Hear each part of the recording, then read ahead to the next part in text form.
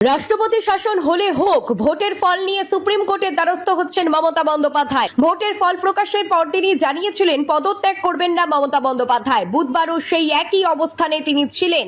এদিন জয়ী প্রার্থীদের সঙ্গে কালীঘাটে বৈঠক করেন তৃণমূল নেত্রী। সাফ জানিয়ে দেন, আমি গিয়ে পদত্যাগ করব না, রাষ্ট্রপতি শাসন হলে হোক, রেকর্ড থাকুক। নতুন সরকারের শপথের দিন দলীয় কার্যালয়ে রবীন্দ্রসঙ্গীত বাজানোর নির্দেশও দেন তিনি। নির্বাচন কমিশনের তরফে জানানো হয়েছে, ভোটের ফলাফল অনুযায়ী 26-এর ভোটে 207 আসনে জয়ী হয়েছে বিজেপি, হেরে গিয়েছে তৃণমূল কংগ্রেস। অথচ ভোটের ফল মানতে নারাজ মমতা বন্দ্যোপাধ্যায়। আগামী দিনে সুপ্রিম কোর্টের দ্বারস্থ হওয়ার ভাবনা রয়েছে তার। এই প্রসঙ্গে তিনি আরো বলেছেন, আদালতে আমি চন্দ্রিমা আবার আদালতে প্র্যাকটিস করব। নানা মামলা যা হচ্ছে, আমি চন্দ্রিমা, বিপ্লব মিত্র, বিমান বন্দ্যোপাধ্যায় সবাই আইনজীবী হিসেবে দেখব। এর আগে মুখ্যমন্ত্রী থাকাকালীন সাধারণ মানুষের স্বার্থে এসআইআর মামলায় সুপ্রিম কোর্টে গিয়ে নিজে সওয়াল দিয়েছিলেন মমতা বন্দ্যোপাধ্যায়। এদিকে এদিনের বৈঠকে দলের দুঃসময়ের সকলকে আরো একজোট হয়ে চলার বার্তা দিয়েছেন তৃণমূল নেত্রী। দলীয় নেতা কর্মীদের একাংশের মতে এমন ভরাডুবির নেপথ্যে রয়েছে অন্তর্ঘাত।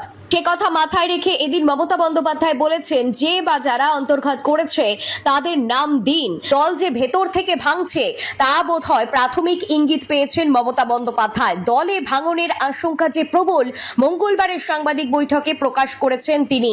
তবে বরাবরের লড়াকু নেত্রী আত্মবিশ্বাসী। এদিন তিনি বলেছেন যে তিনি ঘুরে দাঁড়াবেন। তার কথায়, আমি একসময় একাই ছিলাম, ঘুরে দাঁড়িয়েছি, দলও ঘুরে দাঁড়াবে, আবারও ঘুরে দাঁড়াবেন তিনি। ভোটে বিপর্যয়ের পর থেকেই কলকাতা শহর রাজ্যের সব প্রান্তে দলীয় কার্যালয়ের হামলার ঘটনা ঘটেছে। পরিস্থিতি সরজমিনে খতিয়ে দেখতে আগামী সপ্তাহে সেসব জায়গায় ফ্যাক্ট ফাইন্ডিং টিম যাবে।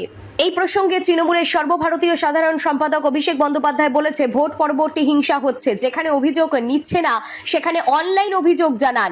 আদালতের দ্বারস্থ হওয়ার চিন্তা ভাবনাও করেছেন তিনি। অভিষেকের কথা অনুযায়ী মমতা বন্দ্যোপাধ্যায় দল দেখবেন, আর অভিষেক অনুগত সেনাপতির মতোই থাকবেন।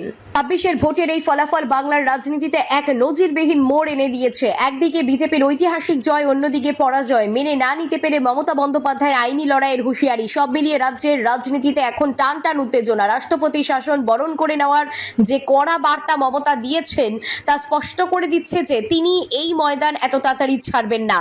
এখন দেখার সুপ্রিম কোর্টের আঙিনায় এই নির্বাচনী লড়াই কোন দিকে মোড় নেয়। তৃণমূল কি পারবে ঘরের কোন্দল মিটিয়ে ফের ঘুরে দাঁড়াতে, নাকি 26-এর এই পরিবর্তনই বাংলার স্থায়ী রাজনৈতিক সমীকরণ হয়ে দাঁড়াবে? উত্তরের অপেক্ষায় গোটা রাজ্য।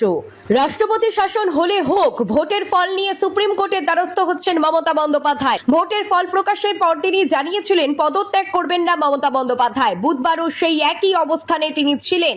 এদিন জয়ী প্রার্থীদের সঙ্গে কালীঘাটে বৈঠক করেন তৃণমূল নেত্রী। সাফ জানিয়ে দেন, আমি গিয়ে পদত্যাগ করব না,